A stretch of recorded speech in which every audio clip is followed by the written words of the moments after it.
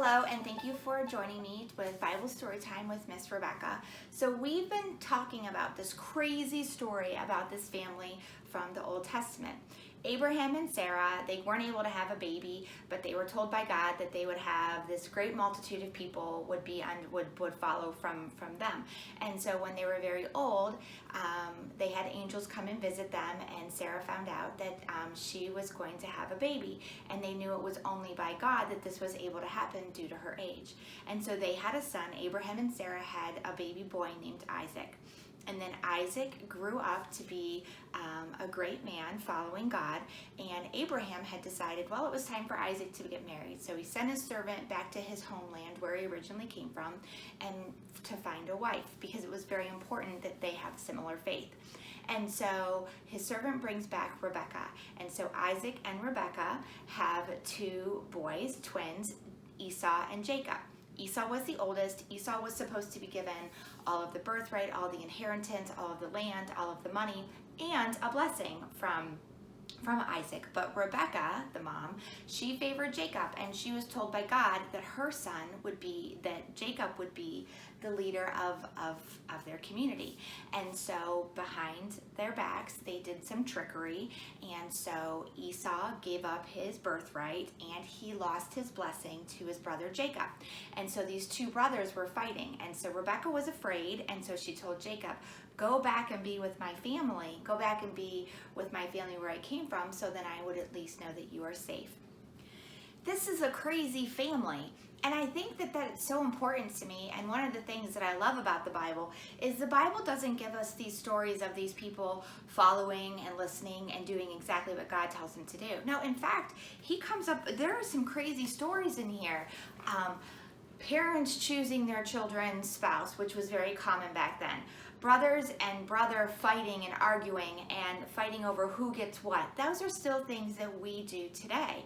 And so I think it's so important that God does show us these families from the Bible, because it shows us that when we look around at our own family, hey, maybe it's not so crazy. Maybe what we've got going on in our family situation is kind of, completely fine. Because if the Bible shows us these families that are just, in our opinion, a little bit off. Parents having favorites. Your parents don't have favorites. Your parents love you and your siblings the same, because that's what God asks us to do. And so it's really important to hear these stories and to see these stories.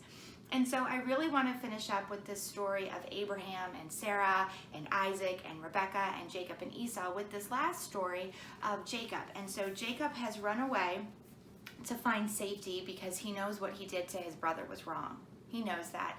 He knows he made a bad choice. He knows he should have never tricked him. And so he's going to find safety in his mom's family. And so this story is called Jacob's Ladder, and it comes out of Genesis 28:10-22. Jacob was scared, so he ran to his uncle's house. After a day of walking, Jacob was sleepy. He lay his head on a rock, and he fell fast asleep. He dreamt about God, and God said, Jacob, I am always with you. I'm going to say that part again. He dreamt about God, and God said, Jacob, I am always with you. You will be a blessing. Jacob woke up and knew that God was always with him. And so here's the picture of this dream that he has of Jacob's ladder and him talking to God. And what I love about this story is, and all of the story, is that in all of the craziness and all of the bad choices and all of the wrong choices, God still shows up to Jacob and he says, I am always with you. I know you made the wrong choice. I know you shouldn't have fought with your brother. I know you shouldn't have argued with your mom or your dad or taken something that wasn't yours.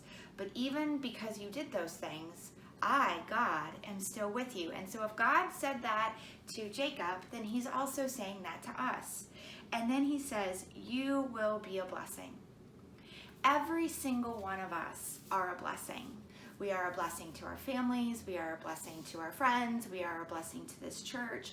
We are a blessing. And sometimes we forget that. And sometimes we think that the wrong choices that we've made or all of the fighting that might be going on in your household right now means that I'm in trouble and that God's angry with me or that I'm no longer able to do good things. And that's not true, because this story comes to us and tells us, hey, wait a minute.